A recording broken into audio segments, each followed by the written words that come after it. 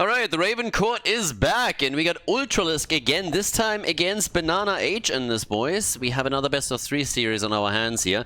And over on the left side, it is the blue team with the man himself, Ultralisk on Carrigan for the first map. We have Death Knight on Murden, Darkmog on Blaze, Kelvin on Rega, and Lopaka is playing Sylvanas. On the right side, BananaH, he is playing Genji with his team. We have Mitra and Hogga. Hazobs is playing Falstad, Beksu on Karazim, and Uki is playing Nubarak. So, just to recap this real quickly, this is now the actual tournament of the RavenCourt. So, the whole pre-season, when we had the bot matches, when we had just like normal games coming up where everybody could show off their skills a little bit, is over. The team captains have now formed their teams, as you can see here. Teams also named after them, I mean, duh. And yeah, it's starting to get real here. We have 6 teams with a full round robin in the first phase, and already as this starts, Ultralisk's team is having some trouble here. They're losing 2, Rega down and Sylvanas gone. Very nice start from BananaH and his boys. So they punished that Sylvanas push immediately at the top lane. But it is still quite important to point out here that we have 6 teams in total that do a full round robin, and all 6 teams will move on to the next phase of the tournament. But there's a little bit of a catch. So this round robin determines the seeding. And there are some pretty dire consequences if you don't make it into the top 4, because it means that you don't start in the winner bracket, you're seeded directly into the losers bracket, and therefore are not allowed to lose a single game. So it is kind of important to make it at least into the top 4. The higher up you get, the better, of course, for your positioning and also for seeding for the first matches. But you definitely should try and get top 4 out of the 6, or you're going to have a very, very rough road ahead of you once you're going into the next phase of the tournament. So, with all of that said and done, we now have 2 kills to 0, as already highlighted before. Experience hasn't really been affected too much by it. We have, amongst other things, also the Adrenaline Stim Pack here for Blaze and Genji. Did a Genji. BananaH kind of screwing up a little bit, but gets saved by Karazim. This could have backfired. This could have become a problem. He dove back behind the gate and thought that he had it, and just didn't. So, yep, that was a close call, but he survives regardless. And now we can see what else they can pull off here. Yeah, Ultralisk and his boys, they had a little bit of a rough time thus far, so we'll see if they can now be successful over here. On level 4, we're now getting also Reverberation. Oh, and they're getting another hero removed from the map. Yeah, this is starting to hurt. 3 kills to 0 now, so a lot more aggression and better coordination that we're getting from BananaH and his boys. So they are doing fairly okay. Like, look at this mobility that they have. Hazobs is flying in, Genji is zipping between lanes, and with all of that mobility, they're trying to apply more pressure onto these side laners every time that they see someone pop the head out. Now, the prisoner camp is now about to start, which means that Uki in particular with Nubarak has an opportunity to start sneaking some time in by spawning a couple of beetles around the camp. The grunts get distracted and he can channel. So they have to make sure, blue team that is, that they keep somebody close that can keep an eye on it, or there is a chance for a Nubarak to get a sneaky lead. Now, typically he's not going to be able to get the entire thing, but even if he buys, you know, 10-15 seconds, that's already a huge advantage that you have then. They're trying to coordinate another attack. Yeah, Kelvin is already here. You can see how they're actually like sniffing around the camp a little bit. They know that an Nubarak is on the other side. The hero gets banned. Not a lot, but frequently on this map for that particular reason. Now there's a few others that can do pretty much the same thing, but yeah, we'll see what they can do here. So Hazobs is at the top, currently being burned to a crisp a little bit. Down here on the other hand, the team fight is starting up, and they're right away going for a nice stun combo against Ultralisk, and Carrigan is gone again. Kelvin is also starting to be in trouble. BananaH wants the kill, but they gotta back off here, so it's only Carrigan that falls. But they are shutting Ultralisk down very nicely. I really like it. So Carrigan doesn't get into a position where she can be the one to initiate and do all the damage and set those kills up. They're going very well against her. But at least the Nubarak now gets killed. Bit of an advantage on the objective, but it is a trade in kills. Sylvanas goes down, so now we have 5 kills to 1.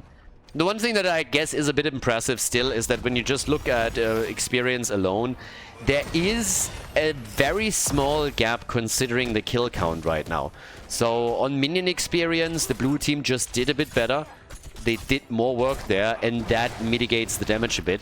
Could be much, much worse for them, but yeah, if they can keep that up and really ensure that they're getting all of the minion experience, then they might be still able to bridge this. The problem, of course, on the side of the red team is that with all of these rotations that they're currently pulling off, they just accepted that they're going to lose some lane experience, but they're more than making up for it by getting those kills and, of course, the map control that comes with it. Now at the top, Lopaka and Darkmorg are all alone on the lane, and that is not really a good news for BananaH, because this is going to do damage. Yeah, they are able to take one of those towers down already, and even the gate is removed, so this pretty much means that whenever they get an objective, it is going to do so much more here. Also, of course, if they're able to get the boss at the top. Mirrodin down at the bottom of the map has been destroyed, and there's again the control for Team BananaH, but up here, the entire wall getting taken down, this is big. And the objective is likely going to be taken now by their team. Sylvana's going down too. I mean, they're doing a number on them. Darkmorg also rather low. Now we have level 10 any moment, and they got the objective too. So if you pair those two, you can see with heroic abilities a red team start to push now with the first raiders. Now the first one is usually not all that strong, but if you have level 10 and your opponent doesn't, then all of a sudden this push becomes a completely different beast. So this is the one thing that would scare me if I'm on the side of Team Ultralisk. And the captain himself, they might try and get him here.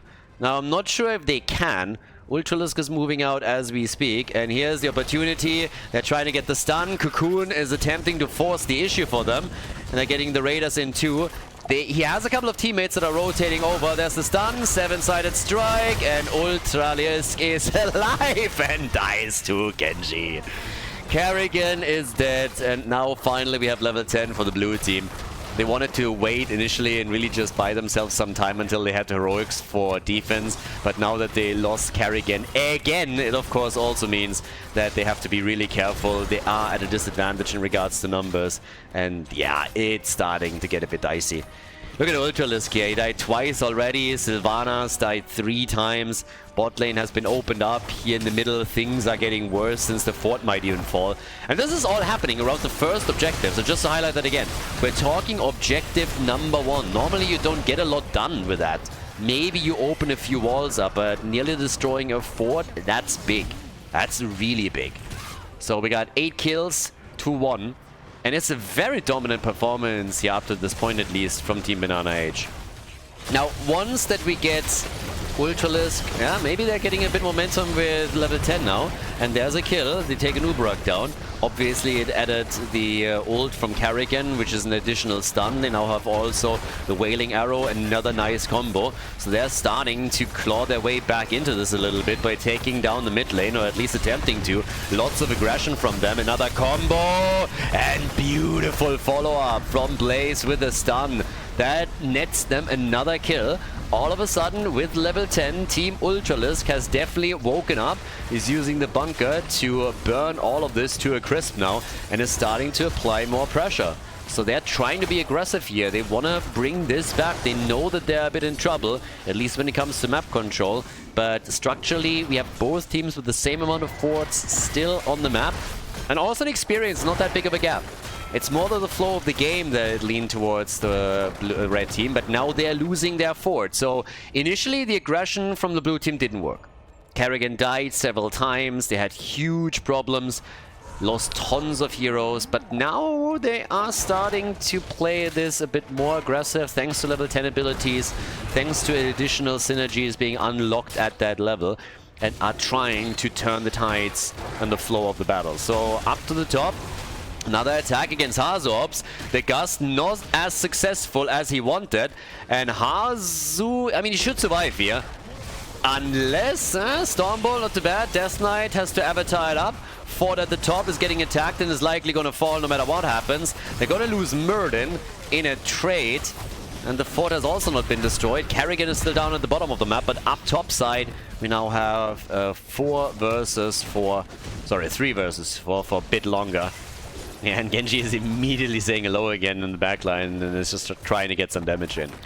Now Ultralisk is still pushing down here, so they're getting value on the other side of the map. And that fight at the top isn't done yet either, so not only does the fort get destroyed, Sylvanas receives the Ancestral a bit too late, but she was able to take Falstad out. So Hazops thought he was safe there and was very quickly taught that that wasn't the case. Now the objective is also getting attacked, but they want to go for Nubrak and a beautiful deletion of the main tank of the red team. Really well done here. BananaH with Genji has gone for the grunts again to buy his team even more time on all of this. So good for him. But they retook and now they're trying to take the objective themselves. It's an interesting dynamic here for game number 1. It really is. We have now 5 kills to 10, so the blue team is definitely catching up. And more importantly, they've taken out 2 forts already. So passive experience is now going to increase for the blue team. They are going to catch up a bit more easily. If they can also take the objective, thanks to Sylvanas in the midst, that would help them a lot. And Sylvanas is already pushing at the bottom of the map and trying to see if she can put additional pressure onto the last remaining fort. And very likely she's going to be able to do that, at least to an extent. Tower's already gone. Top side still being fought over as they are looking for a few additional opportunities. And now for the first time, we have the blue team in the lead in experience. Not by a lot, but they are starting to turn this fully around here. At least on that factor. 30,000 for Genji. They're trying to get him again. 26,000 damage for Sylvanas. 5 versus 5 up at the top now. There's again the move. Muradin survives. So much unleashed on him.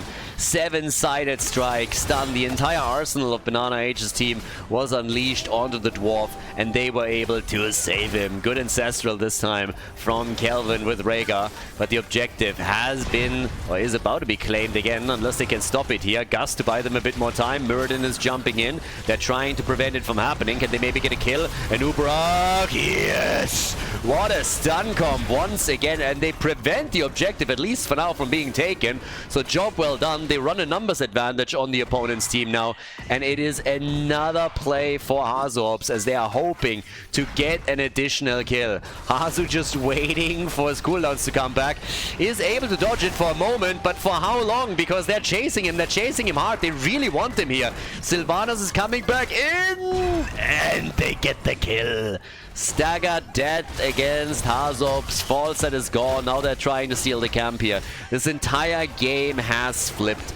They're doing such a fantastic job turning this game around. Initially they were played to the wall, but now it is the blue team that is reigning supreme and is really pushing the envelope on this. Camp taken, pushing through the mid lane. Now we got the cavalry also coming in, and they have a real opportunity here to take some of these keeps down. Most of the forts have already been eliminated. The one at the bottom of the map is definitely going to fall. Level 16 talents are now also available for both teams. But just look at the pressure as they're trying to get additional kills here. Bunker is already out. Cocoon used against Sylvanas. They're burning it down very quickly. They go for Nubrak again. Gast had to be used to save the day for him. But this is just brutal. Good stun against Genji, and it's a kill. Genji gone. The rest slowed down over here. Muradin doing his best as he's jumping back into the fray. They take the keep out, and this might not be the only one. Up at the top, the keep is also taking damage. The first armor shield is already moved. They have a chance to now take a second one out. And as all of this happens, we have the fort at the bot lane destroyed and the cavalry pushing even further there. But this is the second shield that is now removed from the red team's core, and they are completely falling apart here. What a performance all of a sudden from Team Ultralisk. They're looking to end the game here. Genji still missing. 7-sided strike, but look at Nubarak. He's dead again, and Maitri is also in real dire straits here. He's barely able to get out, but the core, I mean, this one can run, but he can't run away too far, so it's not looking good. With them taking the support off the board, they're going straight for Falstad. They drop him too. Hogga is dead, and this is all she wrote. Team Ultralisk takes the lead in the best of 3 series here at the RavenCourt round robin, the first phase of the actual tournament. GG and well played. Before we head into game number 2, make sure that you subscribe to the channel if you haven't done it yet, so you don't miss out on any future content here on Khaldor TV. The blue team is in the lead. They took the victory on the first map, and it was actually a really nice game. A lot of back and forth action, particularly between the early game and then what happened after level 10 got unlocked. So Team Ultralisk bringing the pain after that. I don't think that Team BananaH was too happy about it, considering how well their early game went. Now that we're in Towers of Doom, we have Ultralisk on Zeratul, Darkmog on Sonya, Death Knight playing Whitemane, Lopaka on Hanzo, and Kelvin is playing Stukov. Towards the right side of the map, Team BananaH trying to bring this back with Hazobs on the Vikings. Always welcome. We got BananaH on Tracer, Uki on Diablo, Vexu on Anduin, and Maitri is playing Chromie. So, here we are on level 1. We got Olaf the Stout. And let's see what they can do with this. It's a very interesting lineup too. I mean, what exactly happened on the side of the blue team? What is this draft? Now, obviously, there is still a bit of a tip to the hat to the Meta Madness rules, the tournament series that have been running for a few years with special drafting rules, but they didn't go all out on this, so they adopted some of the rules of my tournament, particularly the you are not allowed to play hero more than once in a series rule. There's no pre-bans, but every hero can only be played once. So everything that you saw on the first map cannot be drafted again.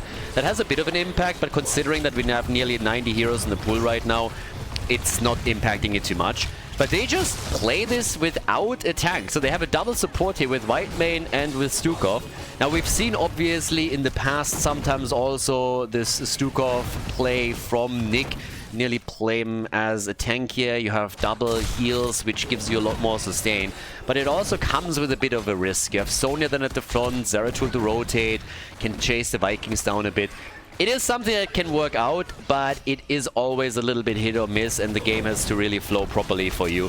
So we'll see if they can make that one work, or if they just overstepped a bit too much here. They definitely took a risk with the draft, and it is the big question whether or not they're going to be punished for it. For now, it works out though. They take both of the pumpkin camps, looking very good on that. Of course, they had the advantage of having an additional hero here.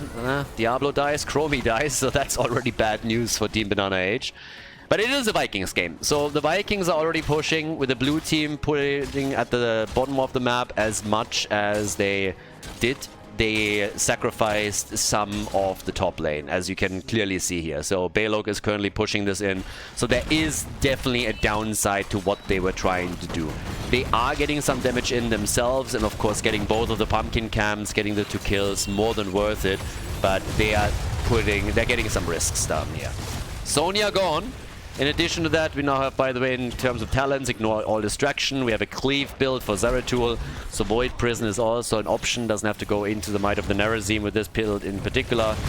They don't have a lot that they can combo off with here, so gotta be a bit careful how they play this one out. But if they want to isolate target during fights, then they can definitely start to do that.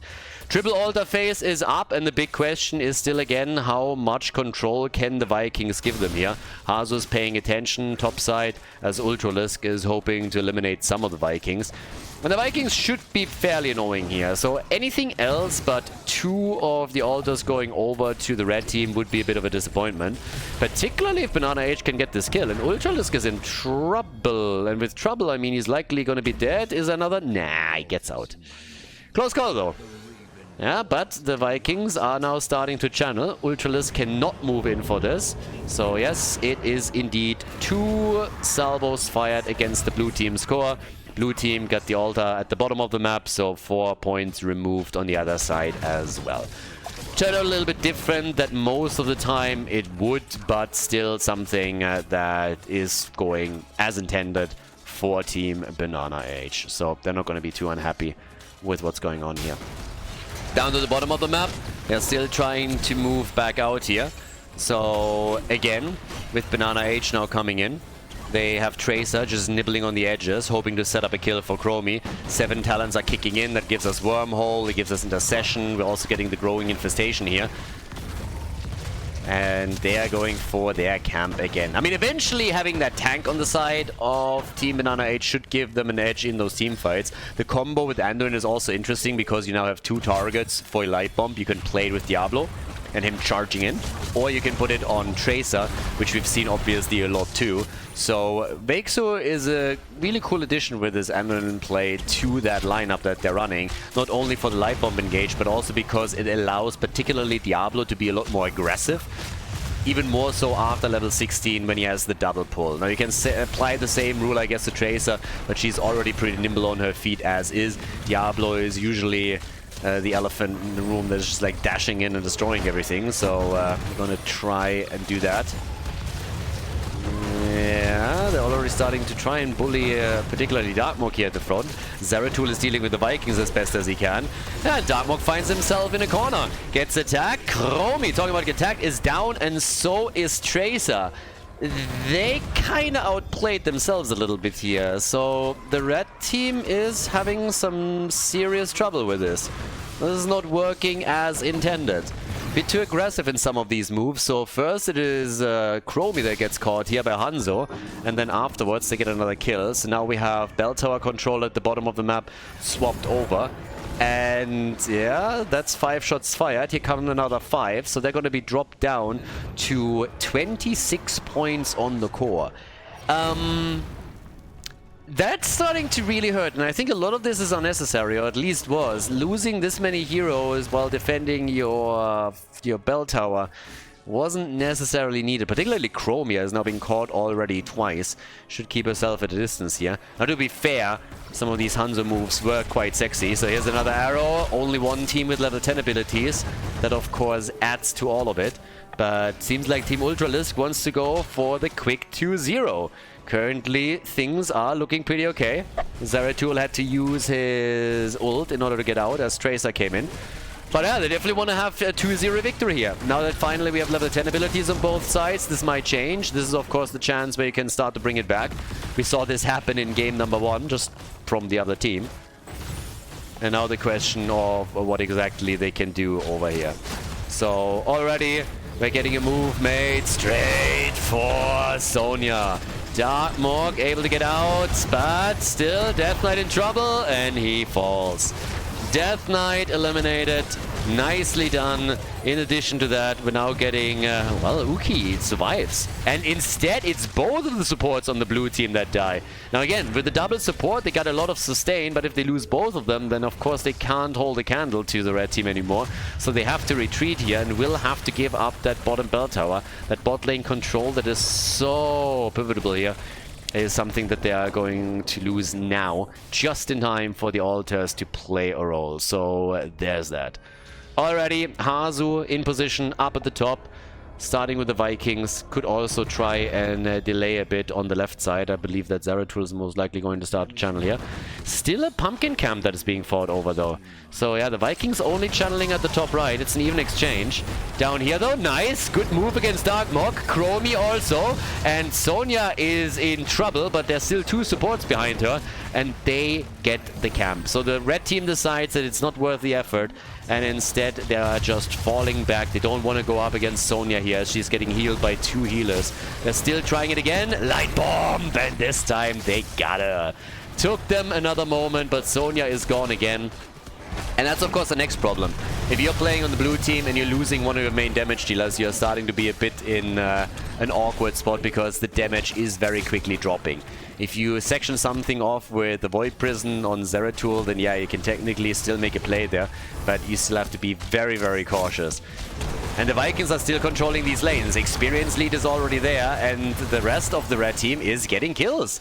They're getting another kill. They take this time Hanzo out, so the game is starting to shift in their favor, particularly with Hanzo still controlling those side lanes. And there's another kill. They're taking them one after another. All of these kills coming together, 7-5 now, as the Vikings are still pushing the lanes, are still getting experience for the team, and they are walking away with a bigger and bigger advantage now. And thanks to 3 heroes that are still dead, it allows them also to go through the bottom of the map, break through that wall, through that gate, and come in straight for that fort. So things are looking actually pretty decent now, considering how we started off with. It's actually kind of fascinating if you think about game number 1 and now about game number 2. The teams that led in the early game and did the most work there are also the teams that started to fall behind after level 10 was locked in. So, pretty interesting. But again, they are starting to continue this a little bit more. We have down at the bottom of the map now an opportunity to get that single altar. Zeratul is still dealing with Vikings. He might be tempted to come down to the bot lane to help out here. But everybody is still dancing around this. And just look at that experience lead. Might even get level 16 here soon, TM. And maybe even in time for the altar. Bit of a stretch, but depending on how long they're just brawling this one out, it might happen. So, Vikings are still pushing, still trying to apply pressure. Zeratul gets caught here on the side. Ultralisk, careful, buddy. He's in real trouble. Has to again. Oh, Eric! Eric nearly killing Zeratul, and it's not over yet. Okay, so they have to actually back off, but that got spicy, and he had to use his Void Prison in order to prevent that from happening. Now they're dancing in again. The channel has already happened. So that's 4 shots fired, putting the blue team down to 24 points against the 22 that we have for Team BananaH. And Hazo is still pushing the top lane. So he's still pushing the top very easily here. The team fight continuing down at the bottom of the map, and it seems like the blue team might suffer another loss unless they... Oh, Vikings with level 16! The stun! They're gonna get it in a moment. Ultralisk is ultra dead. Diablo with another wall stun. They're looking great here, and they drop Sonya. Zeratul is gone. Hanzo is gone. And yeah, there's way too many of them that have now been eliminated, and Death Knight is not going to be an exception. So he gets dropped as well. Great move. Really nicely done here. So Zeratul the first one to fall, and then the big team fight, as you can tell. Sonya, she dies next, and they're just chasing them down one after another. It was actually a bit of a surprise that Stukov doesn't get killed there either, considering how low he was at the time. So now that they have at the bot lane a push going for that bell tower, one is going to be converted 100%. The one at the top lane is also taking damage, by the way. So the Viking pressure is really starting to build up on all of these structures. But this is looking very, very good now for Team BananaH. Then a great spot to make this happen. 11 kills to 5. We have them nearly 3 levels ahead. Now we actually do have them 3 levels ahead, which also means that Chromie already has a Storm talent. Darkmoor gets bullied again by Chromie.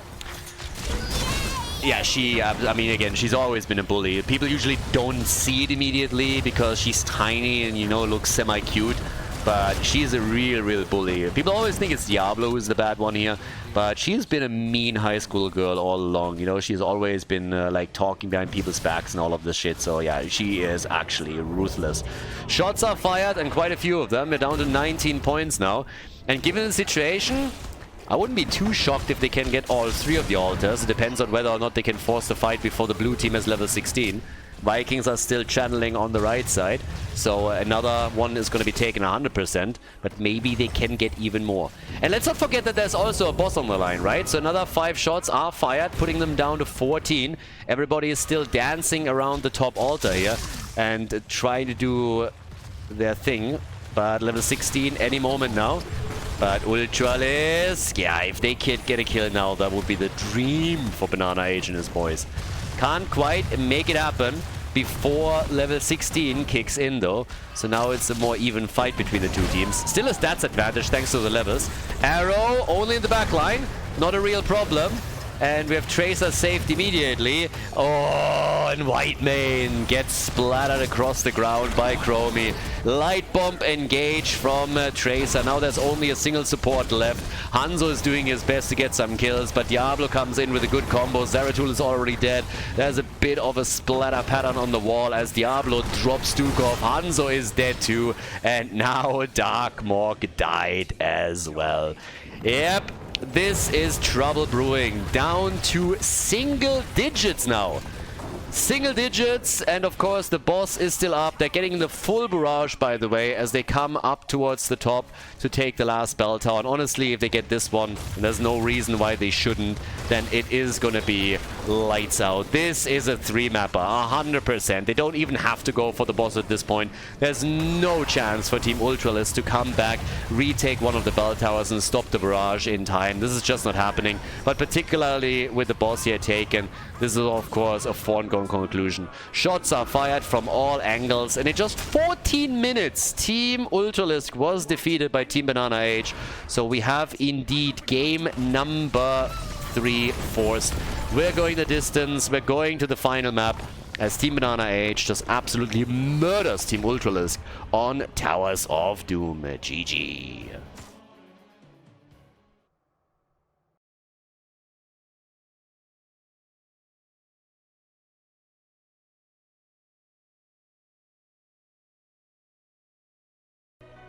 Game number 3. So, yep, we're going the distance. We're in Garden of Terror. Interesting map selection, honestly. We started with Alderac Pass, went into Towers of Doom, and now we have Garden of Terror. A lot of big maps that are playing. And this is, of course, for all the marbles here. Both of these bad boys want to win the best of 3 at the RavenCourt. We got on the left Team Ultralisk with the captain on Malthael. We got Death Knight playing Garrosh. Darkmog is playing the Haka, so we got a global. We have Lopaka on Junkrat. And we have Kelvin on the Boomer playing Deckard Cain. Over on the right side of the map, it's Team BananaH. The captain playing Li Ming. We got Hazops on Greymane. We got Uki on Varian. So a bit of a sniper comp, old school sniper comp actually. But he's also playing it as a side laner. Maitri with Johanna and Vexun Brightwing. So it is interesting the way that they're playing this right now. I've talked about this in the past, but if you're a little bit newer, a bit of HGC history. So there was a French team that played back in the day Varian for the first time, unironically. And the way they did it was they paired him with Greymane and with Li Ming. And the whole idea was simply to go in, taunt, and then follow up with quick kills and get resets. It backfired heavily for them. It didn't work, but it definitely resulted in other teams trying it too, sometimes with good success. Nice Junkrat move here with the mine and everything, or with the trap, but unfortunately for them was Jojo, who could easily move out. So it's an interesting situation to be in, because typically you want to have your side... I mean, they're playing Jojo as the side laner here. And this is something that we have seen not in a couple of months, I'd say, but generally speaking, it's something that you can do. There was a time, God, what was it, a year ago, 2 years ago, where that would have, you would see that occasionally, because essentially Jojo gives you a lot of the things that you want to have from your side laner. She has sustain with Laws of Hope, with the shield, so yes, she has a lot of self-sustain there, and she also has wave clear and a lot of survivability, of course, and then later in the game she adds CC in every single team fight. So Varian is the main tank, and he actually dies first, but they are playing Jojo side lane. And that is a thing that you can actually try in your own games too. If you want to have a very beefy front line for late game team fights, and you have a good Johanna player, you can use him as a side laner and then pair another main tank with her. So that's definitely a thing. You need to still make sure that you have enough damage just overall, so 2 damage dealers would probably do you a whole lot of good there. But the strategy is not insanely new, and it can be very effective when played properly. In the early game, Johanna's not going to win you lane. She's not going to win you the side lane. But she's also not going to flat out lose it, so she can usually hold her own there. And if she does that, then you're more hoping that in these later battles she is going to have a big impact. There's of course interrupt potential when a seed gets channeled that you can utilize.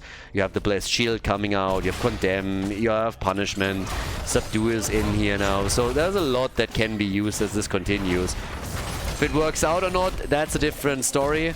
We have still Team Ultralisk with the Haka, which in and of itself is already a big win for them.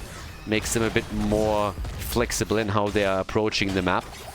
And of course, in addition, we're now also looking at Malthael with the potential last rites. We have Throwing Shade here now, Death Reach. So Malthael can do a number on them. And they have a lot of tools that will allow them to take mercenary camps. So Ultralisk is going for the channel. Up here in the middle, Jojo shouldn't get close enough to use a flashlight and just interrupt them here. So instead, the first seed is now taken. And Hazoops is playing Greymane solo at the top, and of course is now straight in Worgen form. They need to rotate somebody over quickly, and it's gonna be the Haka that does the honors. So yeah, Brightwing is now coming in too. So no problem for Azu, but thanks to Greymane being fully unleashed at the top lane, the wall is gone. So that was nicely done. That was actually pretty good. Very nice rotation that gave them a lot here.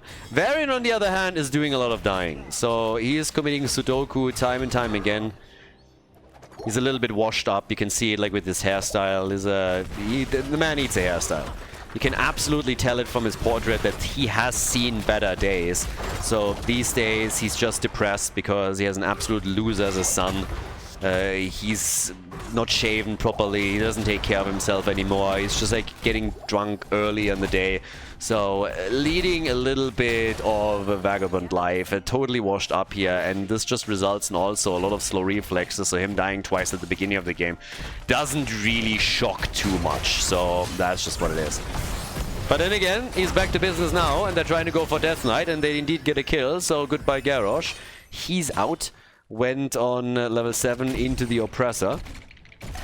Got Li Ming skirting around here. Next seat is, by the way, up, and they could now try to go for that. Up at the top, a little bit more action being done here, and Varian. Yeah, off we go. I mean, honestly, when you look at the portrait of Varian here up at the top, the one thing that you should be really happy about is that you, like, Heroes of the Storm doesn't convey smell. And that's actually very, very good, because if you think about the lineups that we're running here, a lot of these guys smell like shit. Varian, he stinks of booze. The guy hasn't showered in a couple of days, so he's just sweaty as fuck. Then on the other side, you have Greyman. You know that he doesn't shower, so that's also pretty bad. Got a couple of Orcs on the other side. Malthael, if anything, smells of death.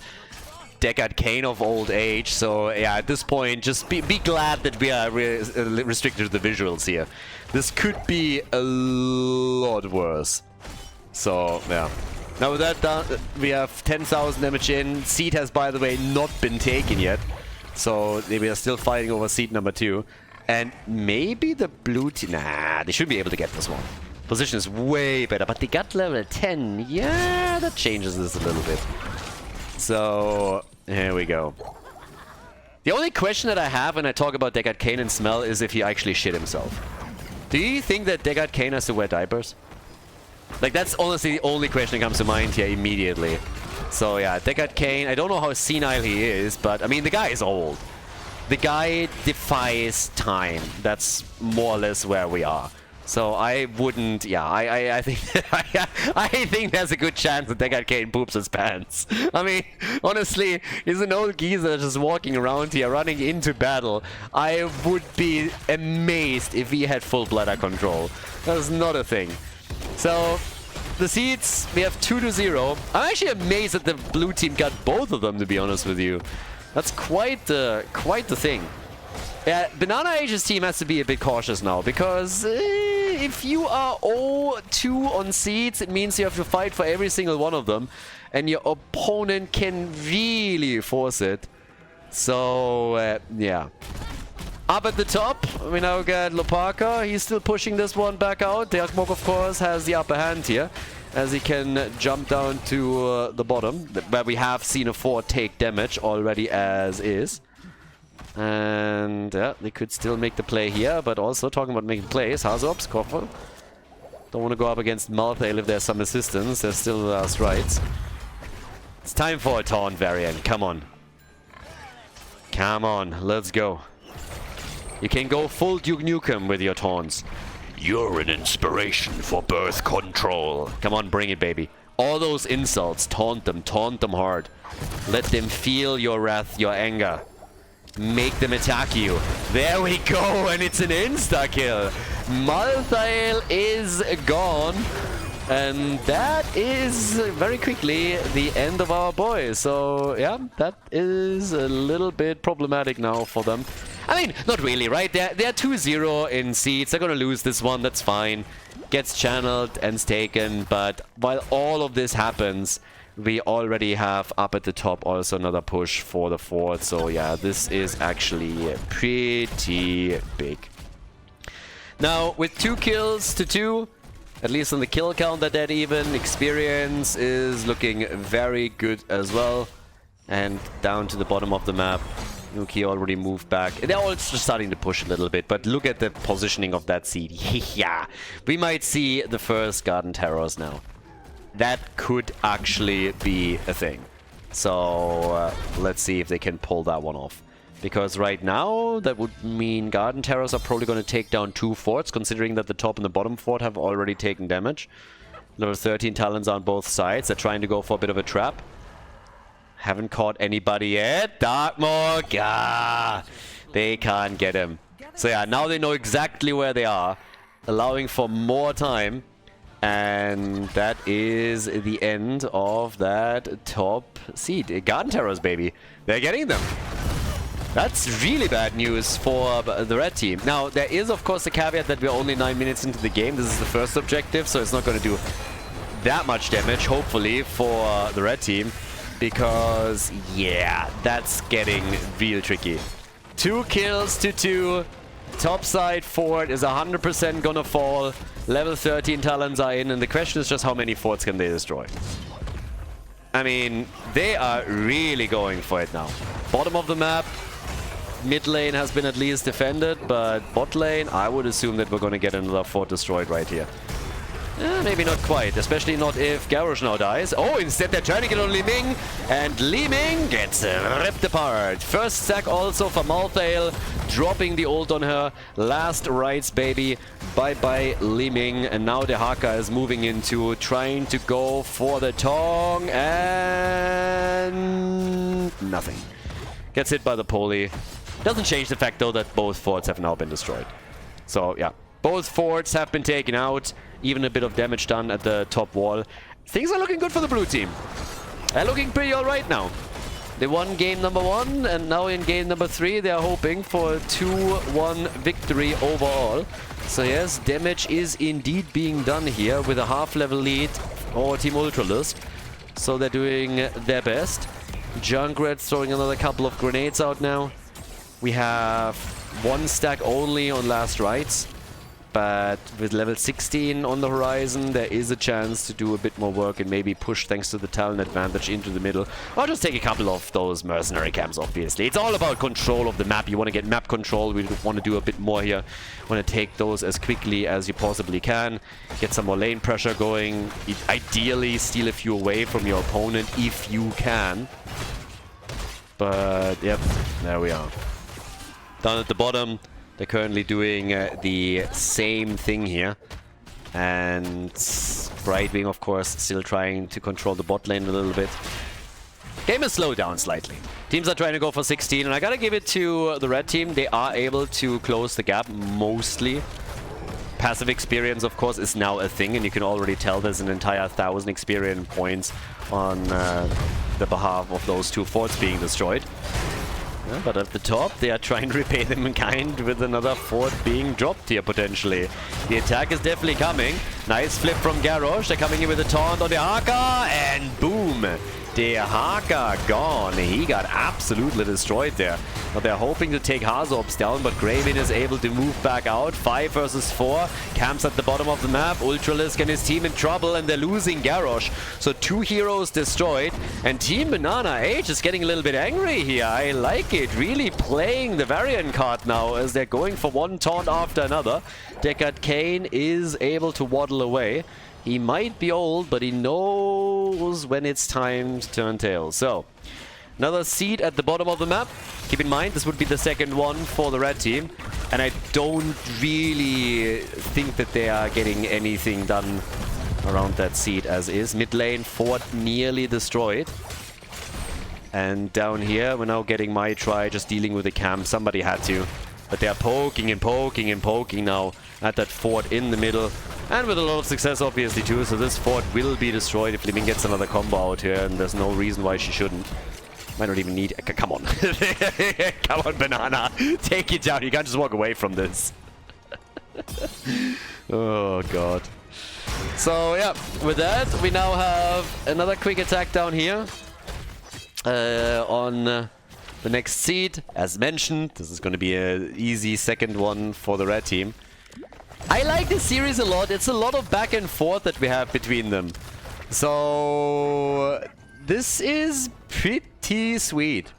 We have in game 1 big switch in momentum after level 10. Game number 2, a bit of a similar picture. The two teams really at each other's throat from start to finish. And now the third game, which will decide who takes this series, is absolutely no exception to their rule. Everybody is doing a fantastic job here with a lot of macro control from DeHaka as he pushes the lanes out further. First objective gave a lead for sure to Team Ultralisk that they're now trying to maintain. But just look at the passive experience. There's 1,500 that they have over this, and then at the same time, when you're just looking to control over the map in general, both are at even structures. Each team still has one fort standing. Now we have another seed coming up, and this would be the third one for Team BananaH.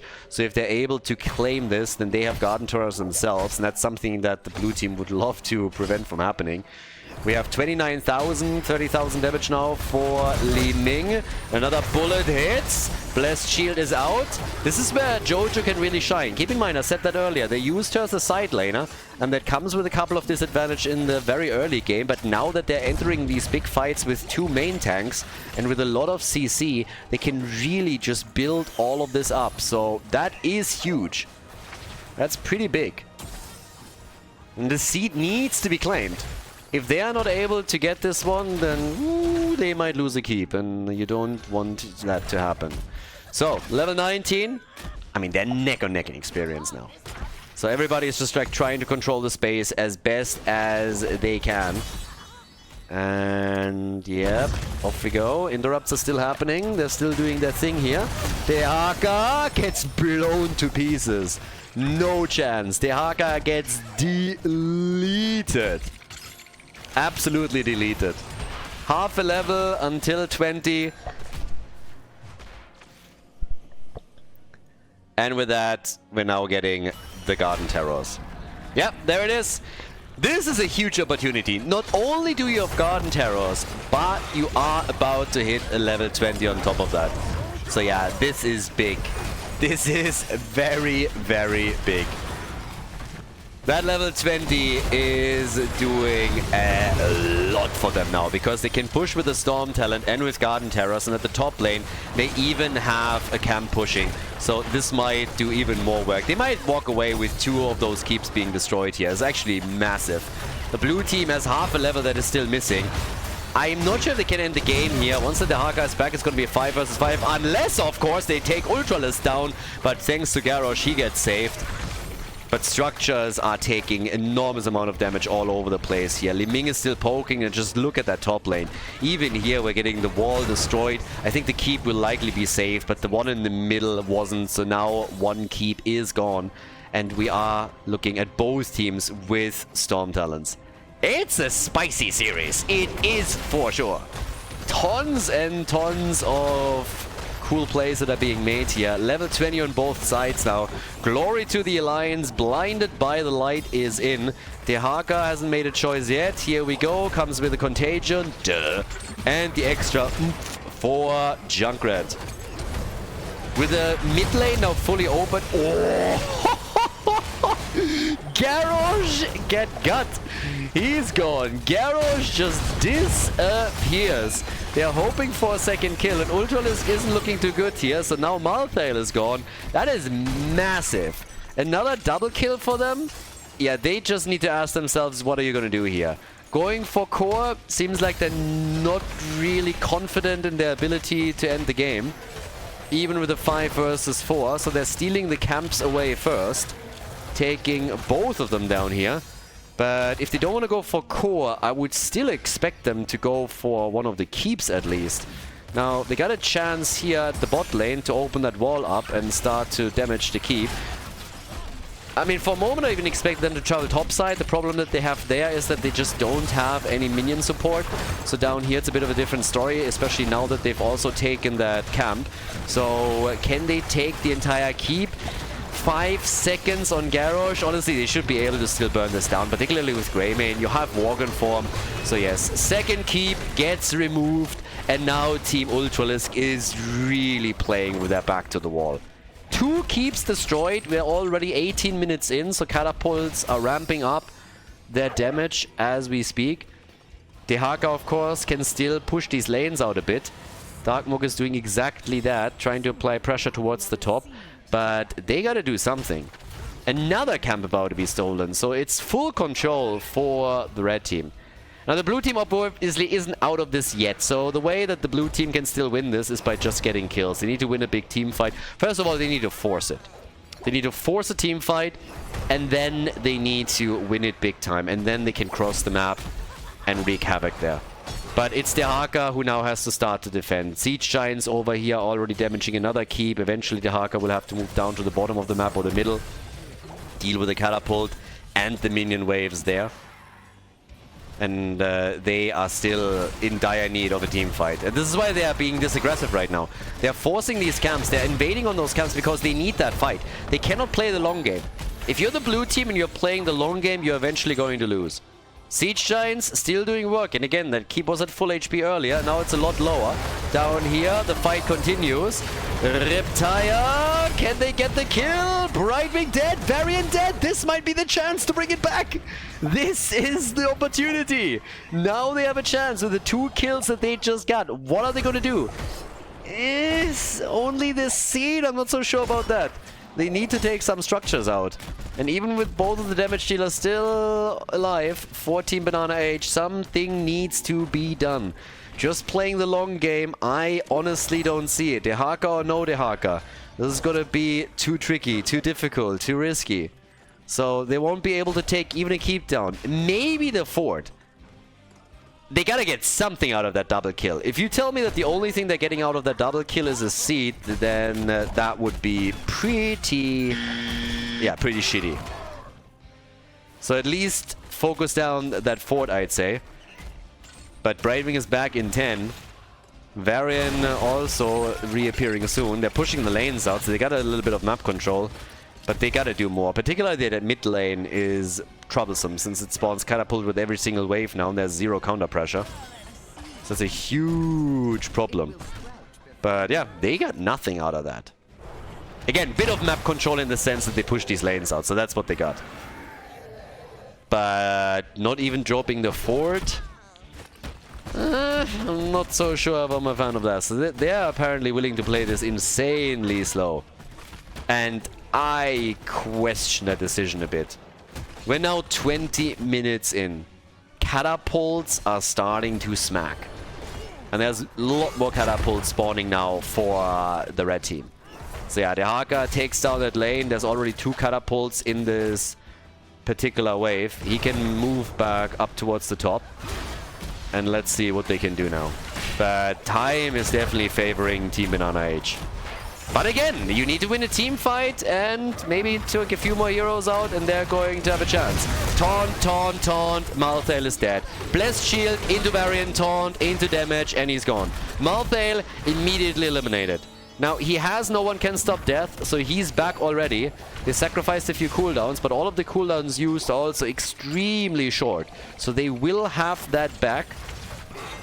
But yeah, this is getting extremely dangerous now for the blue team. Because the next problem that they have is that with Malthael just killed a second ago, he doesn't have his 20 available to him anymore. So now it's do or die. Gotta make your play here. Time is working in favor of the red team. Bot lane in particular. Lots of catapults there. Garrosh is dead. 1 kill against the blue team. Ultralisk in trouble. They're trying to get the kill with the last rites, and they just can't. The longer this fight lasts, by the way, the better for the red team. They already got another kill, so this should honestly seal the fate of Team Ultralisk. But just look at that bot lane. At that bot lane, we currently have already 3 catapults and a 4th one coming in. So even if the blue team didn't lose any heroes up at the top, just the fact alone that they are forcing the fight and making it longer allows the catapults to get closer to the core. And once they're there, it's lights out. Li Ming with another calamity kill. She dies. Junkrat at least is able to blow her up. But now the old man is going to get murdered too. So yeah, bit of elder abuse here from Team BananaH. But this is, of course, now a foregone conclusion at this point. Team BananaH is going to be able to take the victory here on Garden of Terror. Catapults are now moving in at the bottom, and yes, with 4 catapults on the core, 23 minutes in, this thing is going to get absolutely chunked. This is game. Nicely done. Great victory for the red team. BananaH and his boys, they're claiming a 2-1 over Team Ultralisk as they log in the W on Garden of Terror. GG.